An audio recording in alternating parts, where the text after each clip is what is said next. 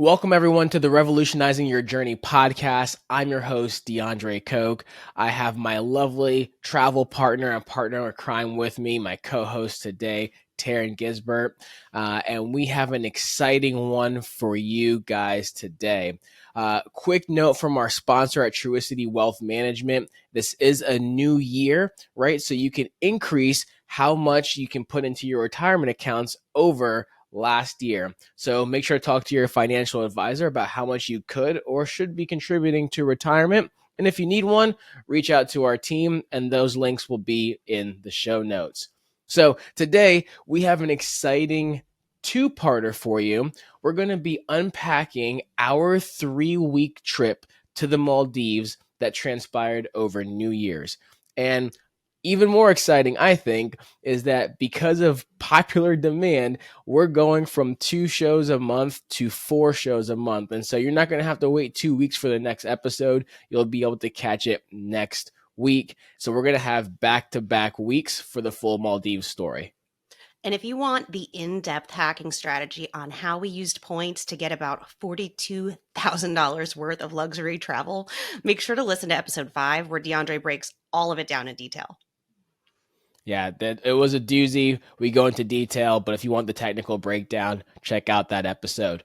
So Taryn, Maldives, packing. That was an adventure in its own. I felt like it was just a challenge because we were going from, cold climate, winter, hot climate, but it wasn't just we were going straight there. We had some stops. I know that was a challenge. That was a challenge for me, and I feel like I'm a pretty efficient packer. I know it was a little more difficult for you.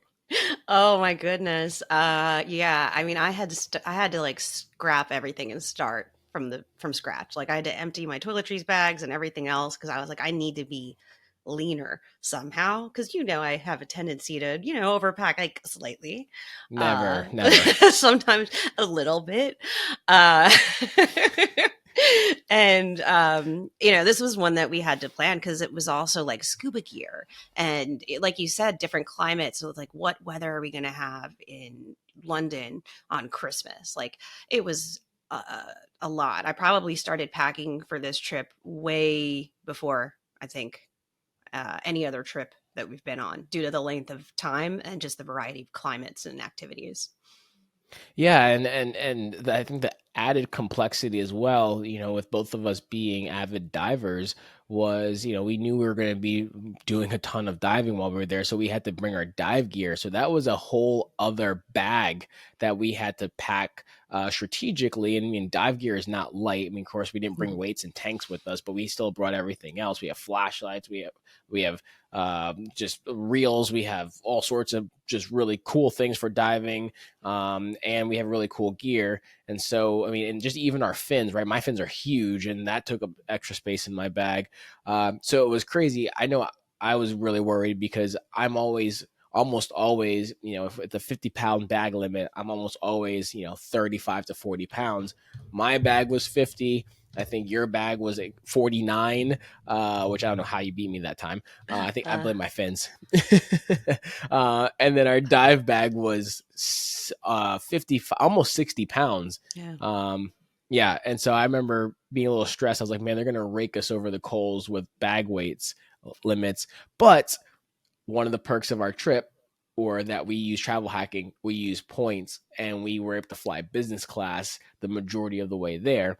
And so, because we're a business class, we actually got the upgraded baggage limits and weight limits. And so we didn't have to pay for baggage at all, except for one point of the trip, which we'll get to a little bit later in the episode. But overall, baggage, a little bit stressful in the front end, but ended up being great. Yeah. And that's the first time that we've both packed full gear too. With both of our gear, because it's the first time that I've actually had gear. But you did a really great job. There's a lot of stuff we packed into that bag, and that was all you. So well, the journey, it took about 3 days, right? And so I know we could have fast tracked it there, but we wanted to arrive a little more rested. So we had a 12-hour layover in Miami, which we basically got up super early out of Norfolk, Virginia. Landed in Miami in the morning and then flew out of Miami at night. And it was pretty convenient because we had your sister there that we were able to crash with. Yeah, that was so clutch having her place to have a little crash pad. That brunch was clutch. Little brunch, little nap, and then get back on the travel. So it was a Yeah, nice I mean, little sneak peek at the warm weather before we had to hit some other climates. it was great, and of course, we ended up going to the lounge at the airport early. So we didn't go to the airport right when our flight was. We got there a few hours early, chilled in the lounge, had some drinks, had dinner as well, and then had a great flight. Headed using British Airways, so it was really cool. We actually were on the double decker plane, and we were on the top deck in business class. Flew over to London and got to spend Christmas in London, which I know you were super excited about. Oh my gosh, yes. I mean, I studied there when I was 16. I did a summer semester. I love London, and London on Christmas has always sort of been a thing. As you know, also Doctor Who. Watching a Doctor Who Christmas special in London on Christmas was just, nerding out. It was great. It was great. It was great. So we had a really cool dinner, right? We had that restaurant, that Gura Gura restaurant, which was amazing Japanese food. It was actually we Japanese had tapas. It was yeah like Japanese tapas. That was yes it was a yes cool combo because you get small plates. We got to try so many cool yes things. Like I don't think I've actually been to a Japanese like tapas style place before. yeah, and you Before could just that, keep ordering. You just turn the light on when you wanted to order more and more food, and then when they brought it, they turn after you order, they turn off the light, and it was almost like a Brazilian steakhouse style. They just yeah. keep feeding you until like you can't eat it anymore, or you hit the time limit, basically.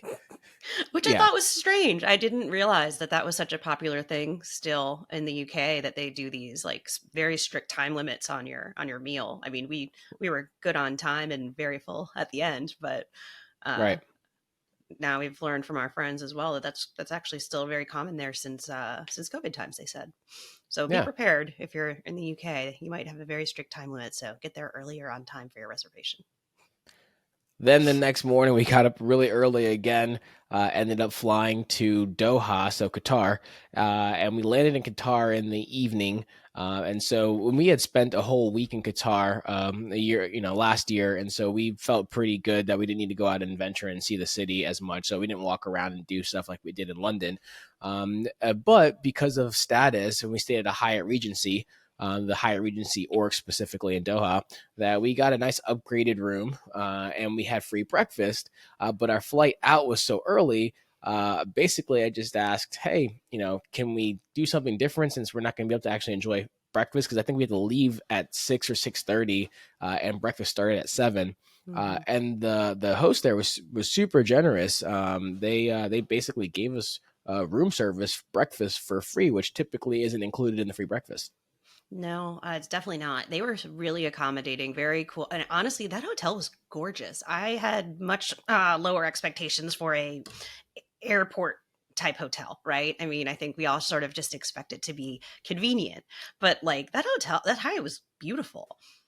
It was It was really great. spectacular. And like they had like the whole like garden area, and that Spanish restaurant that we ate in also was really cute. Tapas again. Yeah.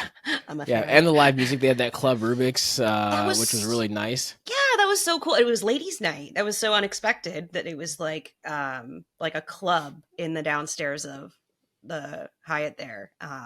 The music was good. The vibe Yeah, was really fun. it was great. Would absolutely stay there again for another night, and it was close to the airport. It was awesome. But after that, we took off the next morning and landed in the Maldives. Mm. Uh, I mean, you had the window seat, which I was, I know you love the window seat. I You're prefer the the aisle. best. So you got the views. What was your impressions just seeing what we were coming into from the window? Oh my gosh, it was so breathtaking. It's like the stuff you see on social media. Like a lot of times you see like Instagram versus reality. Like it actually is as breathtaking in person in those aerial 100%. views as it is on social media, and that's not generally how life works. Right. So I was really uh, taken back actually at how gorgeous it was and how like it was just truly unique the way that you could just see the colors and the sand and like the teal and turquoise around it, which is my favorite color, Yeah. Yeah. So I didn't realize this, and after spending so much time there, learning from the dive instructors and stuff, Maldives is actually formed by essentially a ton of volcanoes underwater that formed mountains underwater. That some of them broke the surface of the water and formed islands, and others are still 20, 30 feet below the surface, forming pinnacles. And so when you see all the circles there with the teal, where it's like just teal or bright green, and then it just go as a circle, then around it's just deep blue. It's literally underwater mountains that are formed, which was really, really cool. I mean, it was just breathtaking just from the air as we're landing, which was incredible. And you could see the drop offs where The it would go from teal to like dark, dark blue because it goes like Yeah, so deep in between where those pinnacles are. I mean, the colors were just breathtaking. Sorry. no, but yeah, I 100% agree. That being said, the airport, absolutely chaos. And they're working on it. They're clearly expanding. I think they're at a point where they realize they have way too much volume for the size of the airport. And so, I mean, imagine just a very small airport on a pretty small island in Malé, but multiple massive airplanes are landing at a time. And there's not even usually when you get on a plane, you get on like a sky bridge that takes you right to the door. Like every airport's landing, parking far away, and you have to walk down steps and you ride a bus in. And the immigration area was very packed. It was very hot, very slow moving.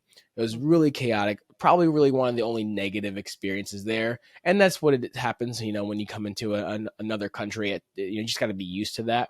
But just don't expect, okay, beautiful country Maldives are going to lay out the red carpet at the airport. It's pretty chaotic. Yeah, it was. But I mean, we got a little sneak peek at what they're building, and it's like, it feels like 10 times the size of the area that we were in. And it looks super nice and modern. So I'm looking forward to when they finally have all of the new stuff done, which I know will probably be a little while, but it looks really beautiful.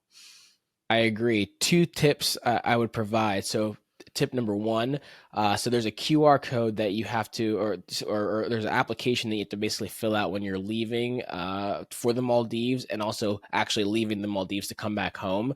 Make sure you fill that out before you get up to the immigration person, because it's a very, very long line, and if you get up there and you don't have it filled out, they're not going to wait for you to fill it out in front of them. Even though it only takes 2 minutes, they're going to send you to the back of the line. And we literally saw people crying because I guess they didn't see all the QR codes everywhere that said, please fill out this application. And So, they had and to go back in line, and it was not a short line, and it was pretty warm in there. So Yeah, it was very warm in there. And the second piece as well is the SIM card or eSIM. So we were thankful that we were actually given some recommendations for this in advance. But basically, if you have a major cell phone provider like in the U.S., a lot of them actually don't work with Maldives. And so we both have Verizon, and we're used to using Verizon's international travel pass all over the world. It doesn't work in Maldives, not for data at least. You can only do talk or text, and it's like 5 cents per text and $2 a minute to talk. And so there you can reminds me of get my us. Nokia Oh yeah, back in the exactly, day. exactly. Back in their 2005 texting, and so you can actually go and pay for a Sims card, and they're actually not super expensive. It was like $40 for 20 gigs or $50 for 100 gigs of data. And if you have a newer iPhone, so I think an iPhone 14 or newer, they actually can't swap out the Sims card. That's what they were initially doing. They actually can load an eSIM on your phone. But make sure you get that all sorted out, because when you get there, it's chaotic. People are trying to get on their ferries and their boats, and they're transferred off of the main island. I would say take time and just plan on that taking about 30 minutes after you get through immigration to find the people that have the eSIM, get that swapped out, and get that done. That way you have data the rest of your trip if that's something that you care about. Now, if you want to go This completely, I was yeah, gonna go say, ahead. unless you want a different kind of vacation and you don't have the kind of job or life that you just want to unplug, it's a really good excuse, I think, to totally unplug if that's what you want in a vacation. And I think the Maldives is a beautiful place to do that. So, you don't have to do an eSIM, but if you want to, do it ahead of time for sure, because there's like no service in the airport, even trying to pay Right. as much as they would do. So, Right. The Definitely Wi-Fi glad. in the airport was not great, and most of the hotels you go to and places have Wi-Fi, but you're a lot of times you're on boats and other things and transferring. If you care about it, again, something to keep in mind. So, Mhm. uh, after navigating the chaos of the airport, because there's also when you walk out, just to have you prepared as well. When you walk out of the like immigration and baggage claim doors, there's about 200 different people with signs for all the different resorts and places you can go, and you have to kind of literally find the one that's for your resort, right? And some resorts have people, other resorts have booths, so you want to really know who's going to be picking you up so you can kind of figure out your way next on the journey. I know, Taryn, you actually are the one that found where we stayed next, which was the Adaaran Prestige Resort. Mhm. Yeah, I was excited to go there. I know that one of the things that we really wanted to do, and I think most people do, is have the overwater villa experience. And they had beautiful overwater villas as well as being a adults only all inclusive, which we figured would be, desirable is kind of something that we like to do when we have that option. I thought it was really cool though when you walked out of the airport that you had all the different boats right there to take you like transportation style like water taxi, or some of them were much fancier actually, Yeah. to the Yeah, other islands. The Ritz Carlton transfer was like its own yacht, It essentially. was. That was like their transportation boat, but it was like a full-on yacht. So Yeah. there's a big range, but I've never seen that where you come out of an airport and then you have all of this boat transportation. So that was actually pretty cool, just to be able to like wheel your bags out and be able to get on the boat. And Adaren was only 30 minutes from Male, which was super convenient. That's one of the reasons that we also picked it, because we didn't want to go venture too far, because we knew we were getting our pickup for Scuba Spa was going to be from Male. So this was a really good option, I think. Yeah, it was great. One thing I was pretty bummed about, I won't lie, is anytime you ever see videos or pictures of the Maldives, right? It's just pristine blue water, blue skies. When we got there, it was gray. It was gray and raining. And so it took us 30 minutes because the surf was kind of rough and it was again raining.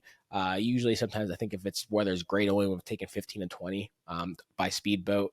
And so our first few days there, we actually didn't actually see sun in the Maldives until probably about closer to day 4 Mm. or 5. And so in my head, of course, I was like, of course, we come all this way. We have this long journey, and the forecast when you look on the app was just rain every day for the next like week and a half. And I was like, of course, it's going to be the one time it rains forever nonstop in the Maldives. I will say a lot of things are passing, and make sure you do venture out around the Maldives because it could be pouring in one island and then completely sunny and just crystal clear day at the next island or the next atoll as well. You could like see it in the distance where you're like, wow, it's Yeah. raining over there on that island, and it's not raining here, or vice versa. It was kind of wild with those passing storms, like how it would just be just on this side, kind of rain. Yeah. And But so we spent 4 days at the Adaaran there, Prestige Vedu, so adults only, which was really nice. Um, I know we had the Overwater Villa. I know you like fell in love with the fish that we could see through the see-through floor in the villa, which was super cool. oh my gosh, that was like one of the coolest features, and I'm really glad that like our villa had that, because I know a lot of them don't now that I've started like looking into them. Um, but yeah, when you were in the bathroom, which was like huge, there was this big couch that you could like lay on, and there was this whole like it wasn't glass, like like a plexiglass or something, but Yeah. you could see underneath the villa, and you could see like the fish that were swimming around, and it was just the life that was there, like when we hadn't even gone anywhere else, was just incredible to see the amount of fish.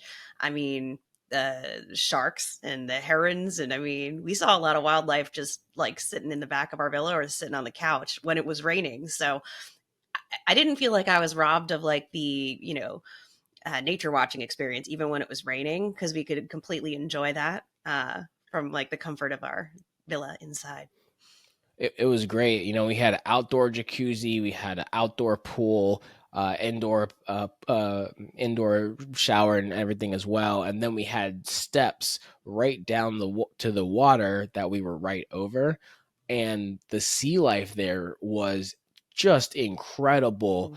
Mhm. There were so many fish that, I mean, and thankfully we had our dive gear, so we had fins and everything with us, which we could have rented them if we didn't have it from the resort as well. But we literally just like walked down the steps of our villa and went snorkeling, which was really cool. Yeah, having that access to such beautiful water was incredible. I was so even more stoked for more diving and things, just seeing what we would see just stepping right off of the steps of our villa. I was like, this is really incredible. Yeah, I know a lot of the listeners follow us on Instagram where we do a lot of stories and videos and reels and such, and they were commenting like, "Oh my gosh!" when they saw like the sea life, when they saw the room that we had. And just to be really clear, the 4 days we stayed here, this was not a hack. So most of our hack was the trip getting here to the Maldives and back, and then also our stay at the Hyatt, which we'll talk about in a few minutes. This was not a hack, so we actually paid cash for this place, but it was very cost effective, and again, it was all inclusive as well. And the resort was fantastic. Hmm. One thing that really surprised us is they had a DJ on the beach every night, and they had a dance floor like on the sand. And I will tell you, for those that know me personally, I'm a huge music fan. I'm actually a DJ as well. I've done it for years. This was the most insane sound setup outside on an island I've ever seen. And I've been to some really cool nightclubs and places, and this wasn't like a huge club setup, but they made it sound and feel that way with just a booth. And we partied pretty hard, and the DJ loved us because we were dancing. We were sometimes the only people dancing. He would play whatever we requested, and they really killed it. Yeah, he was a really good DJ. The music was great, and I didn't mind some of those times when we had the whole dance floor to ourselves. I mean, it's not like we're shy and we need other people to be dancing to get us up there. So, I that was a really cool surprise. And when I was getting a little hot, we could just take a break and be standing with your ankles in the water and feeling the breeze. It was really nice to be that close. I don't think I've ever seen anything like that. And while it wasn't a hack, I do want to say I actually did get more points though because I booked it through Amex Portal. So, Oh, that's right. Yeah, and we did. I got my hotel credit as well because it was one part of their collection. It wasn't a fine hotel, but it was still Hmm. on their hotel collection. So I ended up getting extra points because of the portal booking through Amex as well as my $200 credit. So it was a Awesome. little, we're still banking it. We're still got the Right. strategy. Hey, that's I love it. I love it. Learn from the So, best. oh, thank you, thank you. So I have to give a shout out at Adaaran Prestige to Mr. Adams, Octavius Adams. He's a general manager because I had reached out a month earlier before we got there, and Taryn actually booked this room, and so I reached out and said, "Hey, I wanted to plan something special." And I told Taryn that we were going to have our anniversary brunch. So this would have been our 2 year anniversary. Would have been so we arrived on into Adaaran on Wednesday. Our 2 year anniversary is going to be Friday. However, Friday's I think a holy day for them, so they weren't really able to accommodate much that Friday. Not that we in the resort, you could still eat and drink and have fun, all those different things. But I wanted to do something special. And so I said, tell Taryn it was going to be an anniversary brunch. And I will actually let Taryn share the story of what happened. So sneaky, sneaky, sneaky. Yeah, he was like, "Oh, we're gonna do something for our, anniversary. It'll be a brunch." And I'm thinking, like, "Huh, okay." Like, I like brunch. And then I found out there was like a boat involved, and I'm thinking, okay, so it's like a shared boat experience. They said like bring your snorkel and fins, and I'm like, okay, I now I'm a little confused. Not sure what is this going to be a big group of people? And I will say that was unintended misdirection because there was a little miscommunication on their end, and so there was no need for a snorkel or fins. It did end up working as a misdirection, but it kind of yes. threw me off as well when they said, "Hey, bring your snorkel and fins," because that was not in the plans. Yeah, no. So that definitely kind of threw me off a bit. But then we took this really nice boat, and it was just the two of us. And we were going, and it was a really cute boat, really pretty. The views were great, and I was like, "Well, where are we going?" And you're just like, "I don't know." I was like, "Really? You don't know?" Like, okay, like I'll play along. I And kind of didn't know because the boat was just literally going out to sea in a direction. And also the waves were getting choppy. And so we were just going in a direction, and she's like, where are we going? I was like, I had an idea, but I literally didn't know exactly where we were going. Well, I definitely didn't know where we were going, and we start getting close to this like sandbank, and it's just beautiful with like all of the colors. Like the sand is super white, and then like the water was like this blue. It was like clear, like teal. It was just so pretty, and you could see a couple people that were out like on this like sandbank, and we got into a smaller boat in order to bring us onto this small sandbank, and um I'm like, okay, so I guess are we eating here? And then I saw that the people standing there, had a camera, and next thing I realized, there's like a little path in the sand, and at the end of that is a big heart, and it said "Marry me" in it, and it was just like it was beautiful. It was amazing, and the sun opened up like just for those moments, which um yeah, I mean, the weather cooperated with that one. You can't say that we didn't have a little peak of paradise, and I feel like that was just as it was meant to be. It did. So big shout out to Mr. Adams and the entire Adaaran crew because they helped me pull off a proposal from the other side of the world. I literally would get up for the gym at 5 a.m. And leave and give him a call, to work out the strategy and everything like that. But we were able. I had them send a photographer and a drone operator ahead of time. We had a whole picnic planned as well, but the winds were insane, and so afterwards we were trying to sit down for this picnic. Even had a bottle of non-alcoholic champagne because they couldn't take alcohol off the resort. It's 100% Muslim country, so they did provide a non-alcoholic champagne, which I'd never had before. So we're drinking that, trying to eat these picnic burgers, but we're getting destroyed by sand because the wind's blowing so hard. But I give it up to the photographer. He took amazing shots. We got drone Mhm. footage, and we're just in this sandbank, like a private kind of island in the middle of the Maldives, and it was executed flawlessly. And more importantly, Taryn said yes. So now Would be a little she's awkward if I didn't. it would be a little awkward. It would be a little awkward. But super thankful for that whole experience. They absolutely killed it. It was And it magical. it, Yeah. it was it was, and thankfully we did it when we did it. Everything worked out perfectly. It was really choppy and really rough getting back. Um, and the Mr. Adams actually said that because it was a red flag warning, he was very close to having to call it and say, "Hey, we can't do this." And again, I've been planning this for a while, but he gave me that vindication when we arrived because he told Taryn, he was like, "This guy's been planning this for a month," right? And I was like, "Yes, I want to know. I put a lot of time and effort into this, and it just worked out. It worked out great, and they absolutely did a great job. Their staff was phenomenal." Yeah, and the photos and videos, it was fantastic. So we have like that footage, and it eliminated the need to do like an engagement shoot. I was like, look at that, already did it. Beautiful. I mean, Tried to what be better? efficient. I was gonna say, what better place to do those photos as well? I mean, it was just so beautiful. Great job, Yeah, babe. thank you. Hey everyone, this is DeAndre Koch, interrupting this episode real quick to let you know that if you want to see the video of the proposal and how it was executed on the sandbank in the middle of the ocean in the Maldives, head over to our boldlygo.world Instagram page and we have the full video pinned to our profile.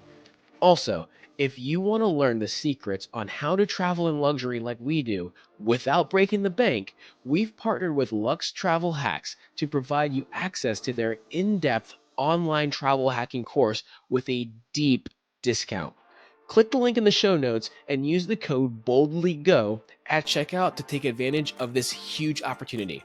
All right, now back to the show. So, again, overall staff was great. Taryn, any other wrap up thoughts with Adaaran? I mean, they were great. I would be happy to stay there again. And unlike a lot of other resorts, they only had overwater villas. They didn't have like beach villas and overwater. They only had overwater, reasonably priced, close to the airport. Butler service Uh, as well. but yes, butler service. Hmm. The butler was fantastic. Oh Yeah, I yeah, forgot to mention. Yeah, we. the I mean. We had a just butler great. in the WhatsApp chat. I mean, it's super convenient that you can kind of just like, what do you need kind of thing.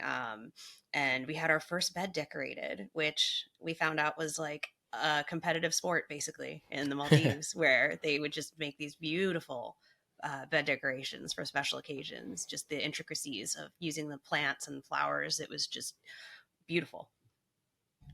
After leaving Adaaran, we spent a week on a liveaboard called Scuba Spa, and that experience is getting its own episode. It was so incredible.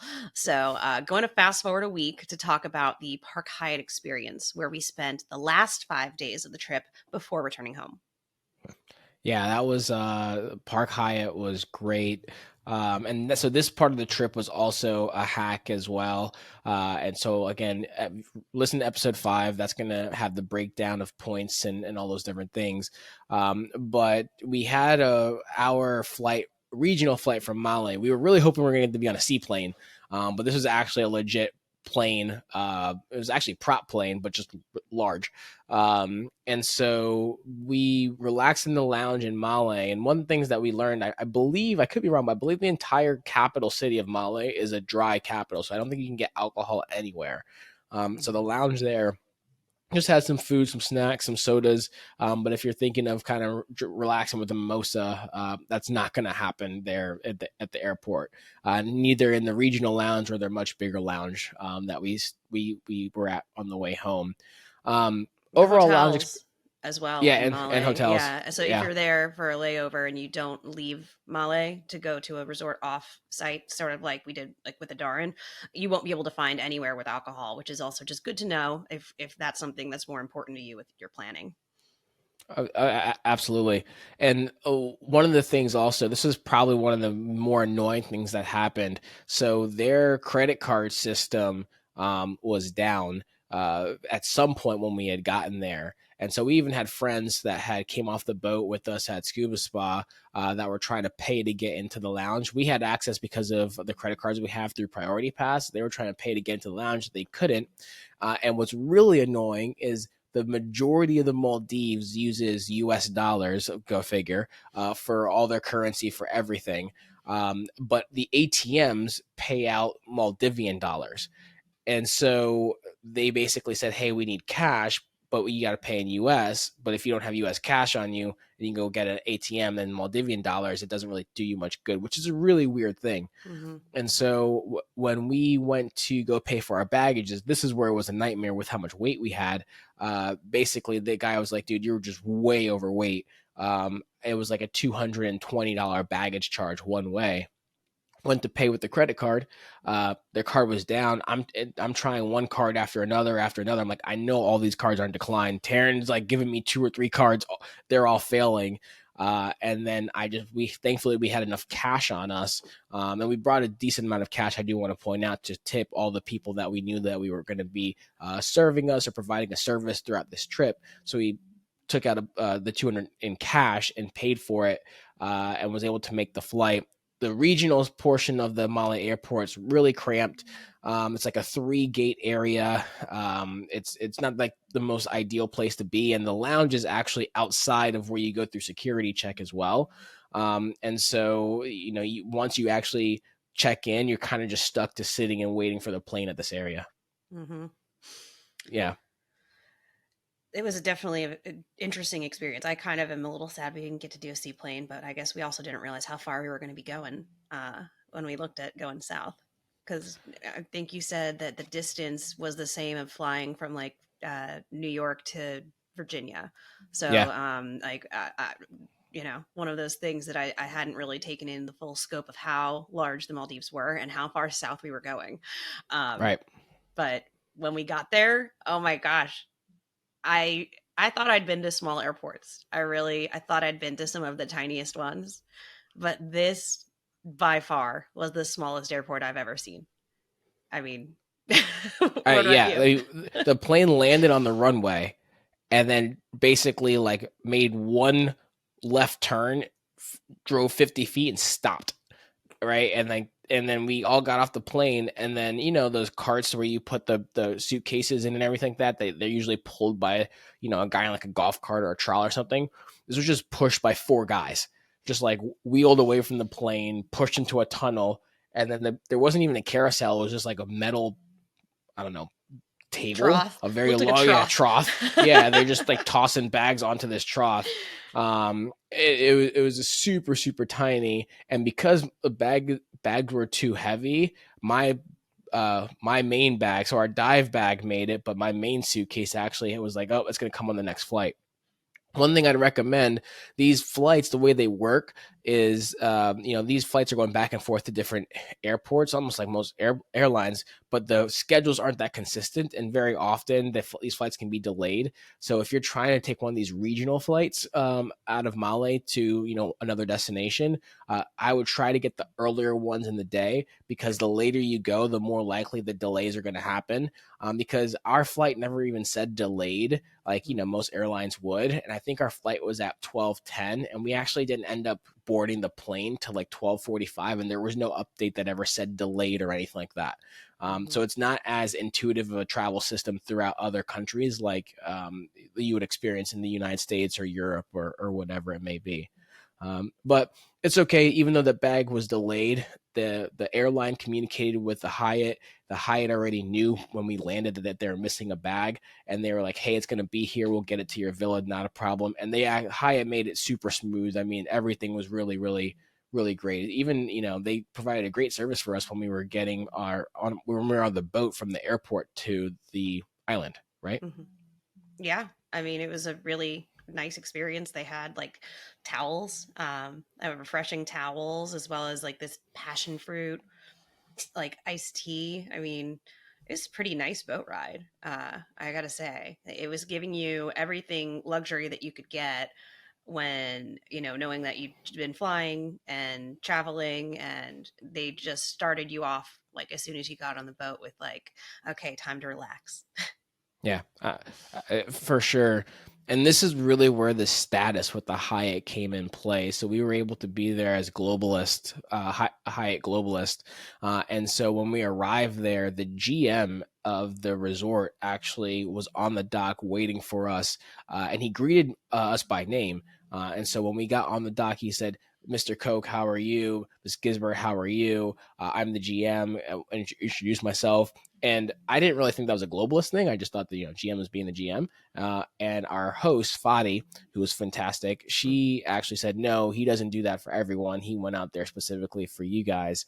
And it was cool because they put us on a golf cart, and that golf cart took us right to our villa. We didn't go to a lobby to check in and do everything. Like literally took us right to our villa, got a tour. There were, I think, maybe 3 other couples on the boat with us.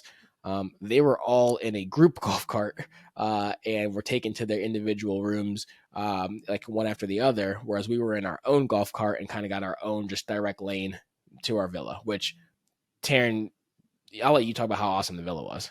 Oh my gosh, it was amazing, especially after coming off of being on a boat, which, I mean, you'll hear more about that, but it was not shabby where we were staying, but it is smaller. And this villa was enormous. So, I mean, I was not wanting for space in any way. I mean, you had your own beach area, we had the pool, we had the loungers outside, and then on the other end, we had a whole outdoor shower, outdoor giant tub, Stone tub, yeah. stone tub, which was so cool, surrounded in all this beautiful like greens and plants.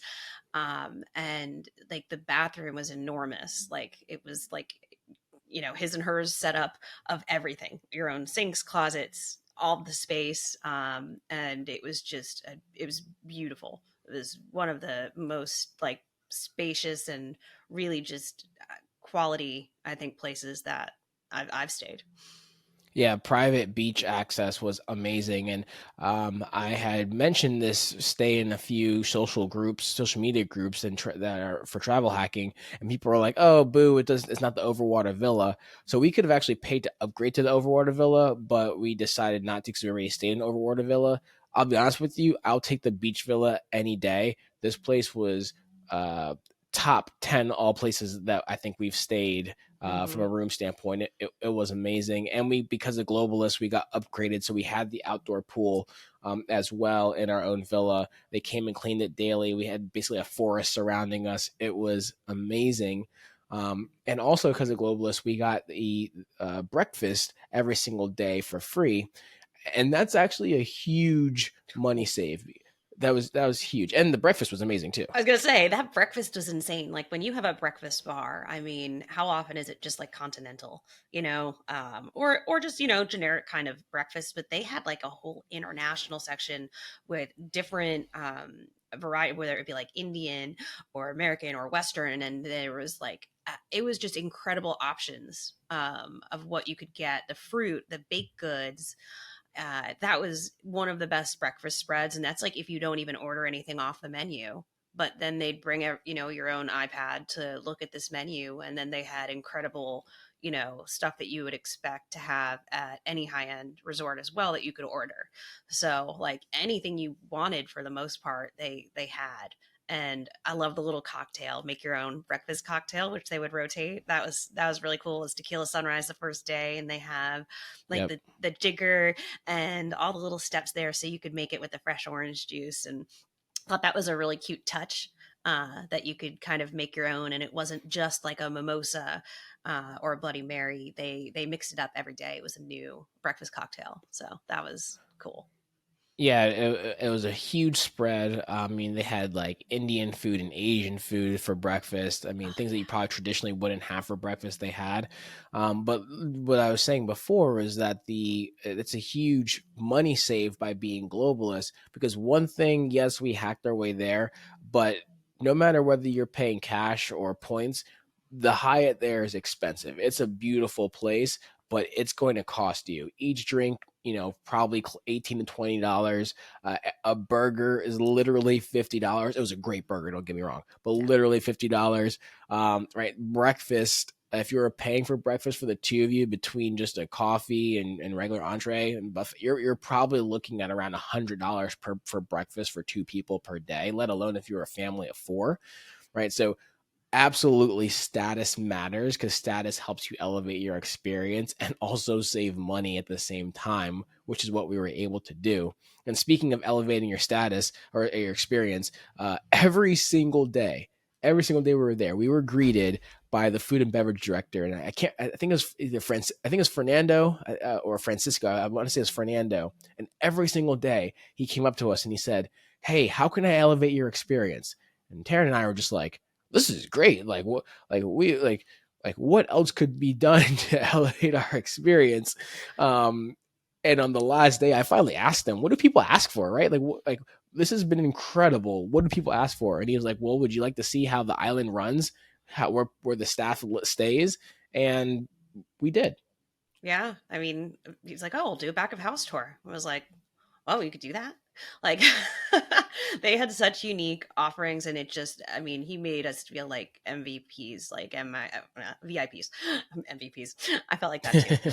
I felt I was having a great trip, obviously. So, and that started even though the weather wasn't great because, epic proposal. So the rain wasn't getting me down either. But we did have gorgeous weather once we got here as well, too, which was just fantastic. So it was for the most Yeah, part. the So the what? first night, I guess. First night we got a little rain, Yeah, but that wasn't that first night bad. was low rain. That's when we did the barbecue night inside, which was nice. They had a nice indoor area. Um, and then the last couple nights, though, pristine. I mean, we had amazing stargazing as well. We could see Oh so many yeah. constellations because we're on an island and it's just only lights that you have are what's on the island. And so just going a little bit away into the darkness on the beach, and you could just see so many stars, so many constellations. It was really really awe inspiring. Oh, it was really beautiful. And the barbecues they do like twice a week, and they also like rotate the different cuisines. And I remember the first night we got there, they were doing that, and they said it was like 250 per person, and I was like, "That's a deal." And you're like, "That doesn't sound like a deal to me." I was like, that sounds expensive. And then when I saw the cost of everything, I was like, okay, I think that makes more sense, especially 250 per person. We pretty much have unlimited beverage service during dinner as well. Yeah, it was unlimited like barbecue for the most part and all these different sides, and then you had unlimited wine or cocktails or whatever the theme was. So, I Caribbean lobster. I mean, they oh, had a so good. huge spread. I mean, it was an incredible barbecue spread.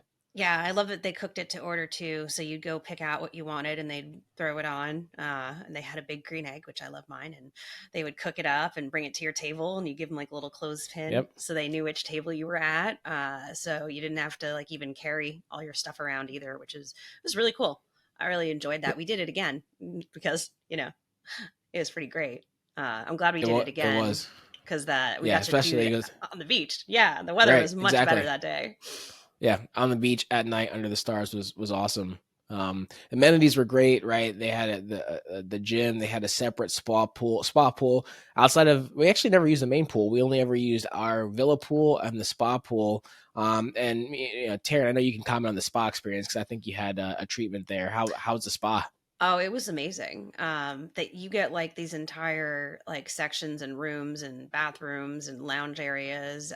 You have your own pool. I mean, it was gorgeous. I got a scrub and like every detail was just really nice throughout everything. And something I noticed at all of the spas is when you are on the massage table looking down, usually there's nothing there, which you don't really think about until you get to the Maldives, and they have beautiful like bowls full of shells and like beautiful things to look at, which was just like small touches like that that just made it really different, and it just sort of continued to like make it feel elevated and unique to the Maldives, which I thought was just beautiful. Yeah, it was great. I mean, we even got to do some diving there with their crew. We rode on their Donia, their great dive boat. I know we saw the leopard shark, which was really cool. I had never seen one on a dive before. And then there were so many sea turtles where we went, like Yeah, so many. yeah, they were beautiful. I love sea turtles, so. Yeah, I know you do. And then the last morning we were there, so it was really cool actually. Usually you have to check out at 11 or whatever it may be. So they arranged. So actually, the Hyatt arranged our flight. So they arranged our like what flight we'd be on to get there and what flight we would get back to Malé on. And so we ended up actually our last day not leaving until I think 4 p.m. and they kept our villa open the entire time. So we basically had an entire other day. We had breakfast, which we actually had a floating breakfast there, which was really, really cool. And so a nice floating breakfast in our villa pool, which was nice. And then we did the canoeing. So we did the see-through canoe over the water, which was awesome. And it really capped off an amazing trip. That was just a fantastic experience. When we got back to the airport, we took the boat back to the airport. And this time, because their crew was with us to help, we actually didn't have to pay baggage on the way there or on the way back. That's kind of my fault because that we paid baggage the first time because where we got dropped off from the liveaboard scuba spa, they dropped us off right in front of the domestic terminal. And Hyatt's helper was in the international terminal looking for us. And so I just went straight to the gate to do our stuff. So probably wouldn't have paid for baggage on the way there, but that's not a guarantee. But basically, even though we were overweight, the Hyatt took care of it, which was, again, they just constantly wanted to make sure we had a positive experience. And so we went back to Malé and had one more night there. I had even communicated with them about our transport and everything else. They helped us make sure that we got picked up to even get to our hotel in Mali. So, like, the communication behind the scenes was really awesome because, it seems kind of complicated because there was a time difference too. Where we were, it Yeah. was an hour difference than Mali. So, just keeping track of what time we needed to leave and get there, and a reminder to change our time back. Yep. I mean, they made everything like really simple because they did so much on the back end for us. It was, and I know reason why we actually went back to Malé is we didn't want to have to deal with coordinating, like leaving an island, taking a domestic flight, getting there, and then immediately getting on an international long haul flight. And so we wanted to make sure if there's any delays, any baggage issues, anything, that we would be good to go. And it actually worked great. Taryn actually found the hotel that had air transportation already like built in, so they picked us up from the airport. It was a very small hotel, nothing fancy about it, very inexpensive also. But also, we had an incredible dinner there, and we paid for 2 meals for both of us and a drink. I think we paid $16 US. It When was a big difference from what we were coming from too. I feel like it was even more like, wow, what a bargain. But it was yeah, delicious. huge, and food was incredible, Oh, so and we good. paid literally a third less for two people than one item for one person at the Hyatt. So again, Hyatt was great, but just you're gonna spend a pretty penny there on the greater experience. Then we flew out the next morning, and that was basically the trip. So any last thoughts, Taryn, before we wrap up? I know we're going a little long on time. I know we're going to talk part two next week. Any last thoughts between uh, Adaaran, Hyatt, travel to the Maldives? Any last wrap up thoughts you have? I think we covered most of it, but I mean, it was great. And Lonaveli, at least, I mean, there's no alcohol obviously anywhere in Mali, but we did actually also have a view of the beach and the water, which was nice to like see it one more time before we left. Yeah, So I had to say goodbye. it was great. So we're going to go ahead and wrap up the episode here. Stay tuned for next week when we break down our amazing week-long experience on Scuba Spa. That was a live-aboard yacht with about 21 cabins where we spent time with incredible marine life. We traveled through many of the different islands and atolls. We made lots of new friends. We partied for New Year's on the boat. We jumped into the ocean at night. We just had a phenomenal experience. So stay tuned in next week to get the lay of that entire week. We want to dedicate an entire week episode to that. And also what our experience was like flying back business class on Virgin Atlantic. So that was our hack on the way back as well. Used points, flew all the way back home, business class on Virgin Atlantic. So reminders for you, make sure to follow us on all the social media platforms, especially Instagram. We had stories going through our entire trip. We have highlights of the trip as well. If you want to see the marine life, if you want to see where we stayed, we have videos of the villas we stayed in. I mean, incredible places. The Maldives was gorgeous. And remember to visit the website boldlygo.world and sign up for our newsletter. You're going to get recommendations on what cards to use for travel hacking, what cards are best for certain categories of spending. That way you can make your travel hacking experience easier and get to your next dream destination faster. Don't forget to like, share, subscribe, tell your friends, and remember, travel hacking is always better when you find your player two. Taryn, as always, thanks for being my travel hacking partner in life now, and we'll see you on the next episode. Take care.